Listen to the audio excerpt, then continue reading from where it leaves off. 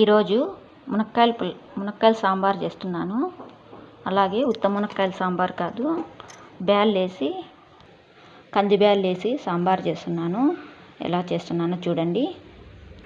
కుక్కర్లోకి కంది బ్యాళ్ళు వేసాను. అందులోకి అలాగే తెల్లగడ్డ ఎర్రగడ్డ వేసుకొని కడిగేస్తాను అవి ఒకసారి.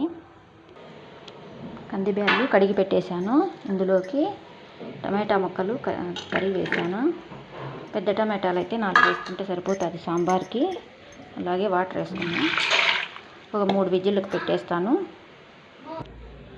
ఇందులోకి పసుపు వేసేసి ఒక 3 విజిల్లకు పెట్టేసి దించేయాలి. తర్వాత పప్పు ఎనుపుకోవాలి. 3వ విజిల్ వచ్చేసిందండి. ఇంకా స్టవ్ ఆఫ్ చేసుకుంటున్నాను. గ్యాస్ అంతా పోయిన తర్వాత కుక్కర్ ఓపెన్ చేశాను. ఇంకా ఎనుపుకునేసి ఇందులోకి పులుసు